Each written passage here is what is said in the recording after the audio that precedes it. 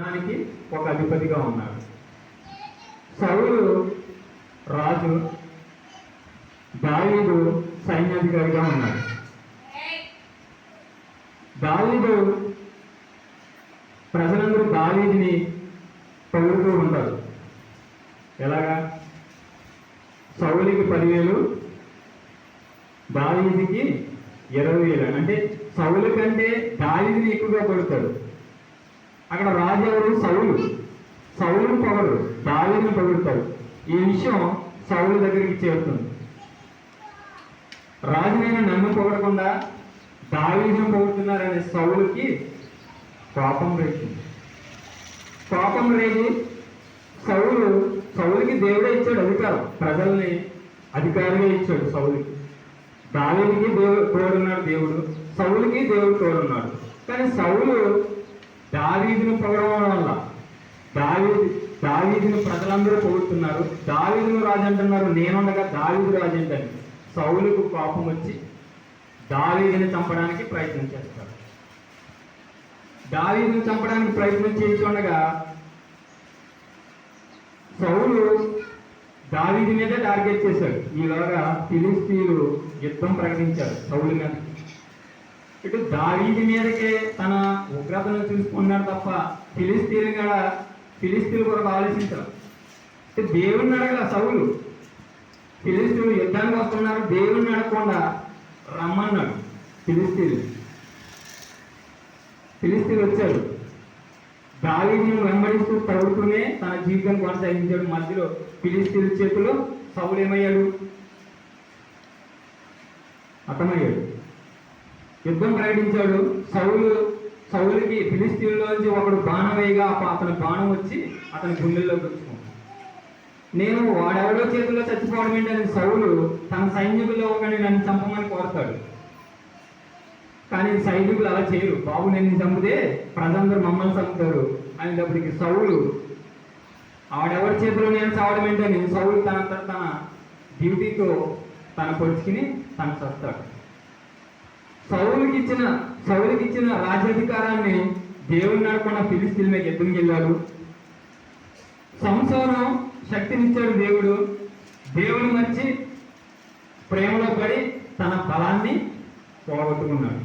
దేవుడే కదా ఇద్దరికి బలాన్ని ఇచ్చాడు. సంసోనికి బలాన్ని ఇచ్చిన వాడు దేవుడే, సౌలుకి రాజ్యాధికారం ఇచ్చిన వాడు దేవుడే. వీరిద్దరు ఏం చేశారు? దేవుడిని పక్కన పెట్టి ఇలా సొంత ఆలోచనతో దేవుని విడిచిపెట్టేశారు.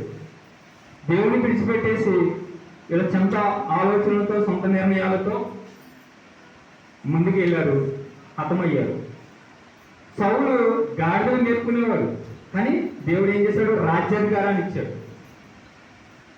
కానీ రాజ్యాధికారాన్ని ఇచ్చాడు, దేవుడు ఇచ్చాడని దేవుడికి లోపడుతూ ఉంటే తన రాజ్యాన్ని కాపాడుకుంటూ అలా ముందుకెళ్ళిపోయేవాడు.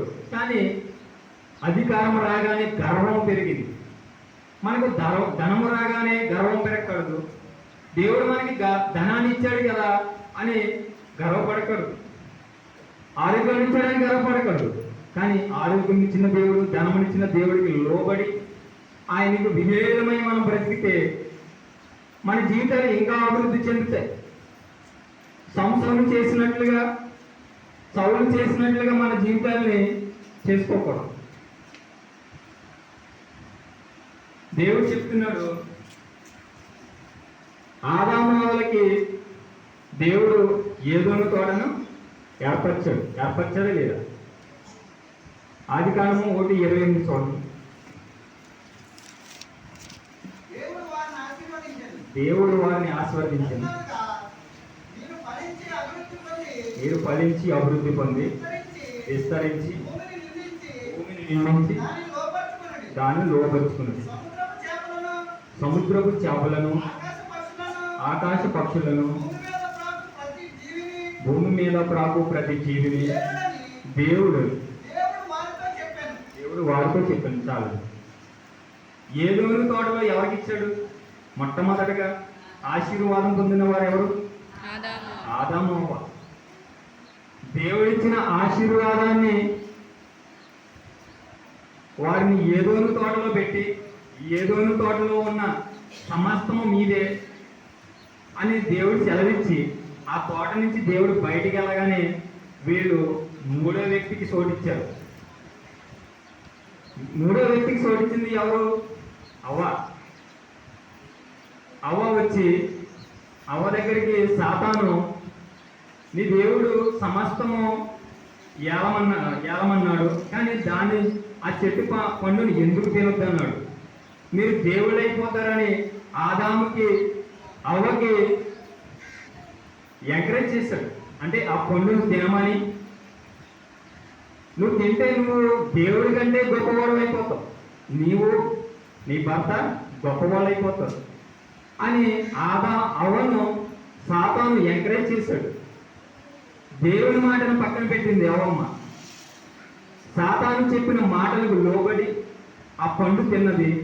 తిన్నాక తన భర్త దగ్గరికి ఎట్టుకెళ్ళి, నేను తిన్నాను, నువ్వు గడి తిని అన్నది. దేవుడు చెప్పాడు తినొద్దని, కానీ ఆదాము అవ్వ ఆయన మాటను పక్కన పెట్టేశారు. ఏదోను తోటను వాళ్ళు సక్రమంగా ఆయన చెప్పినట్లుగా ఏలితే వాళ్ళు ఎంతగానో అభివృద్ధి చెందురు, వారి కుటుంబం కూడా అభివృద్ధి చెందుతుంది. దేవుడు మిమ్మల్ని భూమిని పండించి మీరు విస్తరించి ఫలించమన్నాడు, దేవుడు అభివృద్ధి చేయమన్నాడు. కానీ వారు అలా చేయగా దేవునికి వ్యతిరేకంగా దేవుని మాటను పక్కన పెట్టి దేవుడిచ్చే ఐశ్వర్యమును ఆ సంతోషమును విడిచిపెట్టి సౌలు సంసోనుల ఆదాము అవ్వ మార్గం తప్పిపోయారు. అటువంటి జీవితాలు మనము మూఢనమ్మకాలతోనూ మూఢభక్తితోనూ మనం జీవించగలరు. దేవుడికి దగ్గరగాను దేవుడికి విధేయులమై మన బ్రతుకులను సరిచేసుకోవాలి. మన జీవితాలు అలా ఉండకుండా సౌలు సంసోను వలె జీవితాలు ఉండకుండా దావీదు ఎలాగైతే తన ఆశీర్వాదం పొందుకుని దేవుడి దగ్గర ఏ రీతిలో ఉన్నాడో అటువంటి జీవితాలు మనం పొందుకోవాలని ఈ చిన్న మాటలు దేవుడికి గాక చిన్న ప్రార్థన చేసుకున్నాం. పరిశుద్ధుల ప్రేమగల తండ్రి, దయగల నాయన, మీకు వందనాలు నాయన. కొద్ది నిమిషాలు అల్పుడను ప్రభా, మీ జ్ఞానము నాకైతే లేదు, కానీ మీ పక్షాన నేను మాట్లాడాలని ఆశ ఉంది. నువ్వు మాట్లాడాలి, ఇంతవరకు కొద్ది నిమిషాలు మాట్లాడడానికి ఈ స్థలంలో నాకు ఇచ్చిన ఈ అవకాశము బట్టి నీకు వందనాలు, స్తోత్రాలు ప్రభా. నాయన ఇంకనూ నన్ను జ్ఞానంతో నాయన నువ్వు వాడుకోమని అడుగుతున్నాను. ఆశీర్వదించే దేవుడు నీవే ప్రభా. మాట్లాడాలని ఆశ నాకున్నా కానీ నిలబెట్టుకునేవాడు నీవు. నీ యొక్క పనివాడిగాను నీ సేవకుడిగాను నన్ను ఎదుగుదల దయచేయండి. ఈ లోకంలో ప్రభా ఎంత ధనం ఉన్నాను, ఉద్యోగం ఉన్నాను, ఆరోగ్యం ఉన్నాను ప్రభా, సమస్తము వ్యర్థము ప్రభా.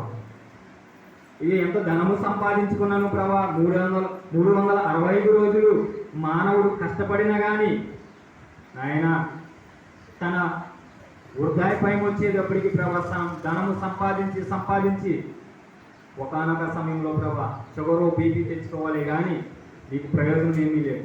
లోకమంతయు సంపాదించుకున్న వ్యర్థమే, కానీ నీ జ్ఞానమును సంపాదించుకుని ప్రభా ఇగో నీ రాజ్యం కొరకు ప్రభా ఒక ఆత్మనైన నడిపించే భాగ్యము నాకు మా కుటుంబ సభ్యులకు దయచేయండి. ఇగో మా సంఘములు ఈ సంఘం అందరినీ దీవించండి ప్రభా. అటు జ్ఞానంతో ప్రతి ఒక్కరు ఎదుగుదల దయచేయండి. నీకు వందనాలు.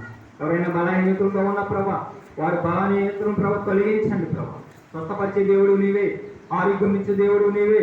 సంసారానికి ఇచ్చిన అటువంటి శక్తిని ఇవ్వగలడు ప్రభా. ఆ శక్తిని పొందుకున్న శక్తిని ప్రభా జీవితాంతం మరణాంతం వరకు ప్రభా నీకు లోబడే జీవితం అందరికీ దయచేయండి. ఆయన ప్రార్థన ఆలకించండి, నా చిన్న ప్రార్థన ఆలకించమని యేసు నామములో వేడుకుంటున్నాము తండ్రి, ఆమేన్.